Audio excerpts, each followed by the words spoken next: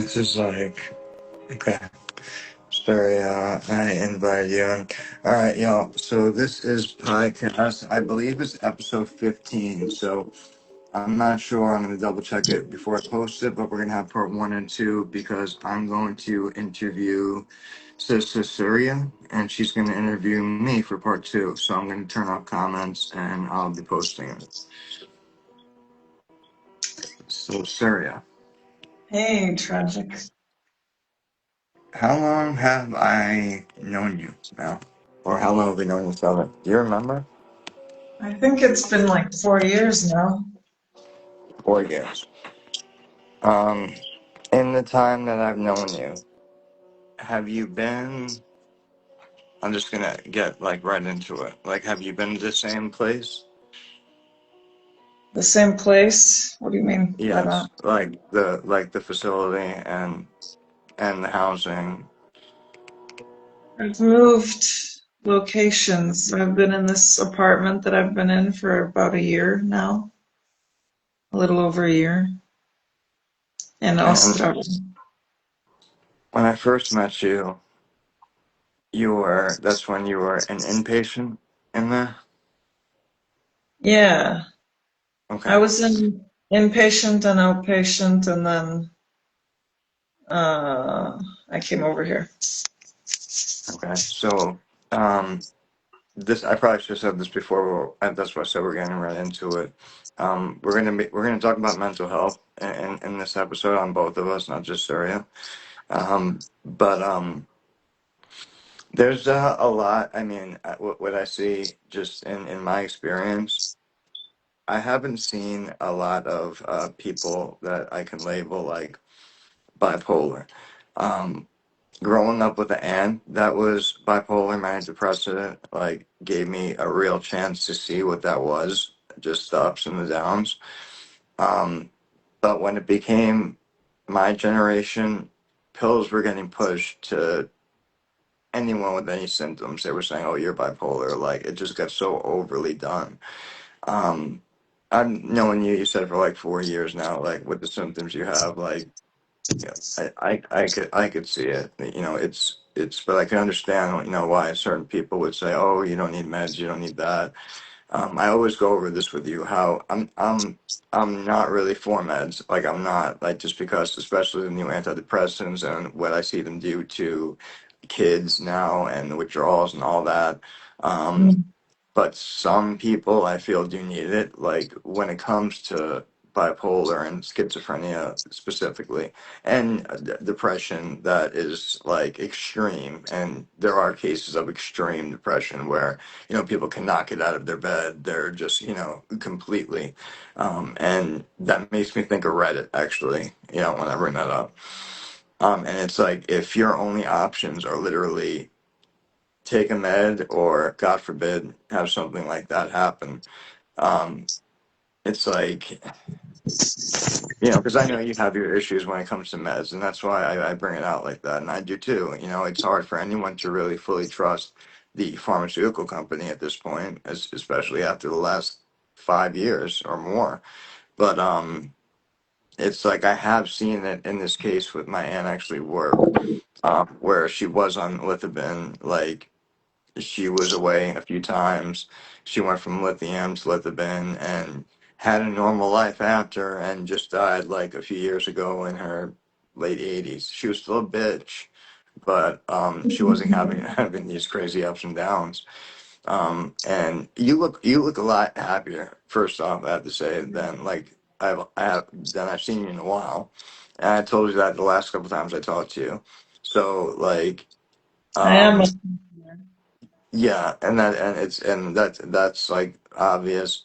And so also you seem like you I don't know, you have like no energy, like you like drained, like mentally, physically, emotionally drained is like what I got from you. Like I'm talking about like a couple months ago, like before.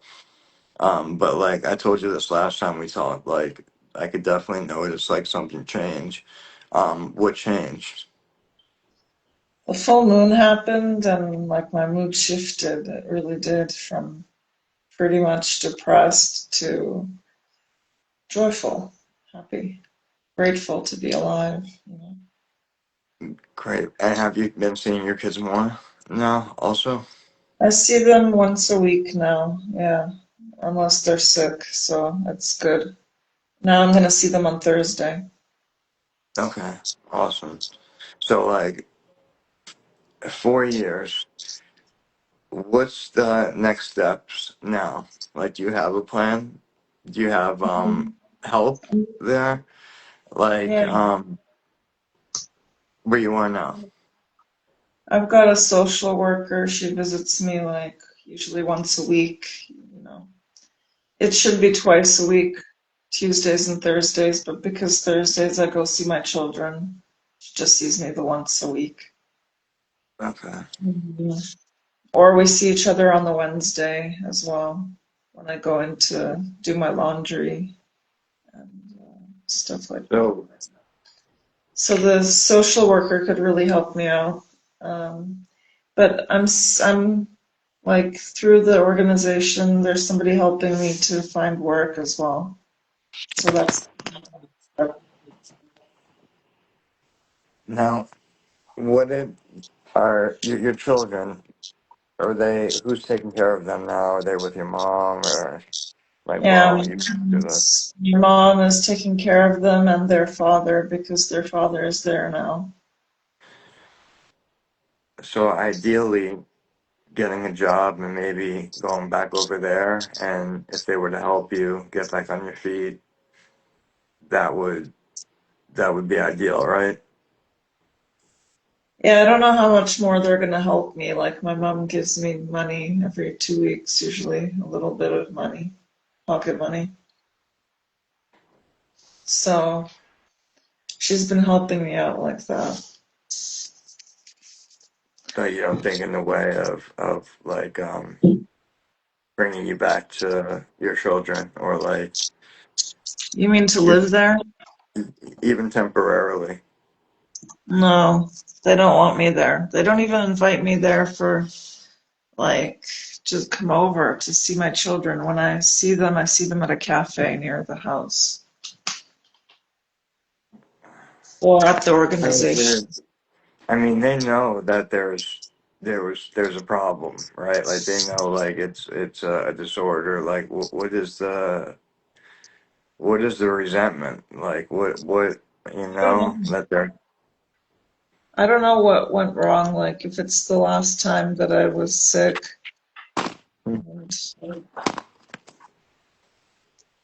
and I had psychosis, and then the psychosis was like pretty powerful, and it was all about how my parents were in a Costa Rican jail, and this was that's the what psychosis that you were going through, yeah. and you were at their house at this time. No, I wasn't actually. I was at my own house, my own Okay, apartment. and this was like you felt like this was really going on. They were in a Costa Rican jail, and they were there at your house at the time. They were in their house at the time. Yeah. They hadn't stopped caring for my children because I thought that my children were with a friend of mine, like a boyfriend type person that I would Yeah. have So, wanted to. so what happened from there? So you're thinking that they're with They're with like my new love interest. I and you go over there. Like, what do you do? was trying to meet up with him. That's why I went to Prague and I went to the Ostrava airport as well. There's an airport right in the city, which is very useful. And how far did you get at that point? Like, did your parents intervene? Was there?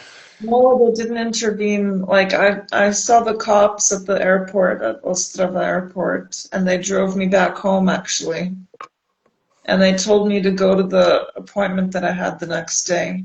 But by then I was really far gone, like with the psychosis, and I couldn't make it to that trial.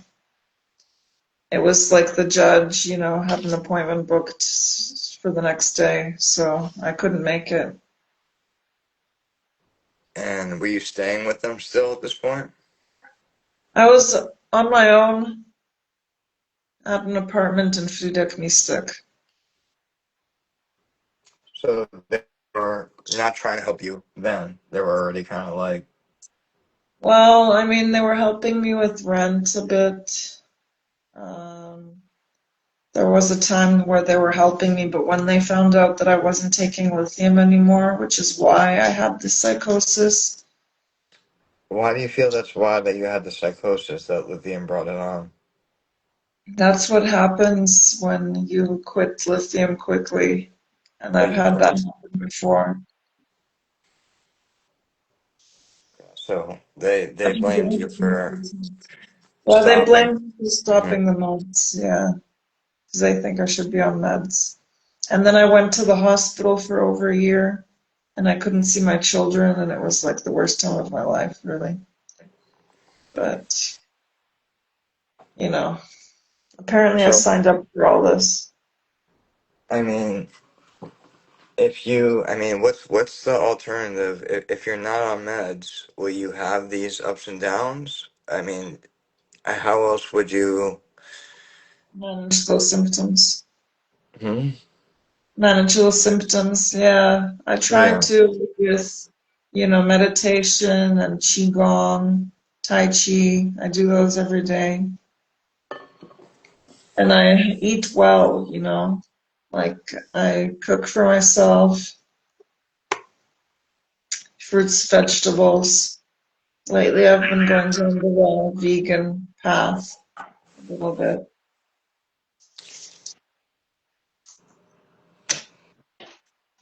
But this is enough. Like, I mean, now you take what, like, one shot every how often?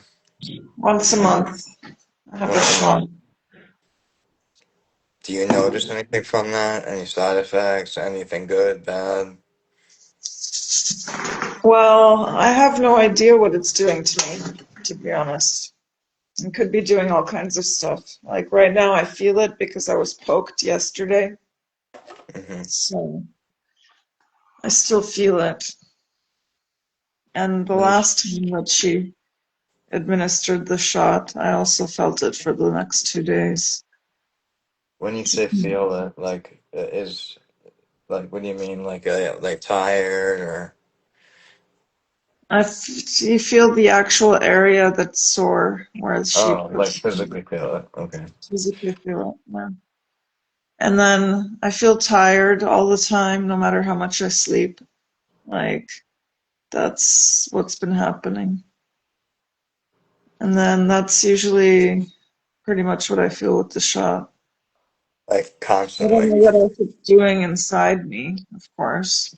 You I know. no, I understand. Like I understand like the fear and shit too. Like I mean, um, and I've seen that with a lot of the newer drugs that I've looked up rather than the older ones. Like more of a like, and my nephew he tells me what they I guess what they tell him in school is the more effective, the more chance of side effects and bad side effects. And it's like, damn, like that's like so. Yeah, that's why I've always been afraid of is the side effects. I haven't wanted to have anorgasmia. I haven't wanted to suffer from like all of the negative side effects. Hmm. It's tough though because I mean now it's been. Has it been? How long has it been since you had an episode? It's been a while, right? Like that I can think of, unless I missed out. Yeah, I think so. It's been a while, a few months or so. Like That's a good thing. I dropped into this depression about a few months ago, really. Yeah, I remember that, Yeah. and but it wasn't followed by a manic episode, and I mean, from an outsider, it seems like you're starting to like balance out, and you could like have a conversation about it and like recognize shit and like I don't know, like Yeah. I think I'm pretty stable right now. That's what I told the psychiatrist yesterday when he asked how I was feeling. and sleeping too. Like, has it been like rough? I've been sleeping well, except for the full moon. I couldn't sleep during the full moon. But I think that helped in changing my mood, like Good, to, good. So it's like I don't know. It's like you're at the last stage now, like of just at least you have the help there. Like it seems to like thank God. Like care here is free, so that's hmm also a benefit. yeah, here it's not. It's the opposite. But like the difference is, um, like I told you, like with what you were going through, if you lived here, you wouldn't have to be inpatient, and you'd have a doctor that would try like the meds that were working, like take blood work before, like do all this, like, and maybe you'd have to go every 2 weeks at first, but like they would stabilize you without having to be inpatient.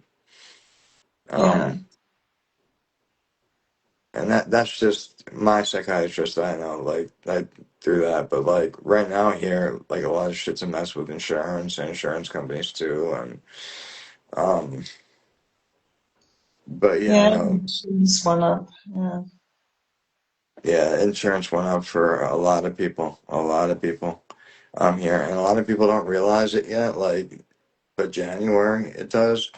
Um, I kind of been on top of it. For me, it went up 3 times what it was last year, yeah, and like thankfully, like I can afford it, but like first of all, my insurance guy was telling me if you live a county over, you were paying like an extra $100. And I'm like, why? And he couldn't tell me why. They were just charging them more money for a county over. And if you had pre-existing conditions like a wife, kids, like mine tripled. So imagine if yours was like 500 and tripled, you know? yeah, Like, so a lot of people are, it hurt them. It hurt yeah. them. It's really bad. A lot of people weren't able to get their insurance renewed, Yeah. probably. Yeah, and what's going to happen is they'll go when they're sick to the hospital and not pay the medical bills, and like it's like insurance went up so much, and it has a lot to do with like the amount of people that came in too. Like they have to treat them, so it's like you barely see a doctor now. You see a Nurse nurse practitioners. practitioner. Yeah, Yeah. but yeah, no, I am. I think we might have hit a half hour, so I don't want to go too long, but I'm glad you're doing better. You look awesome. You look beautiful.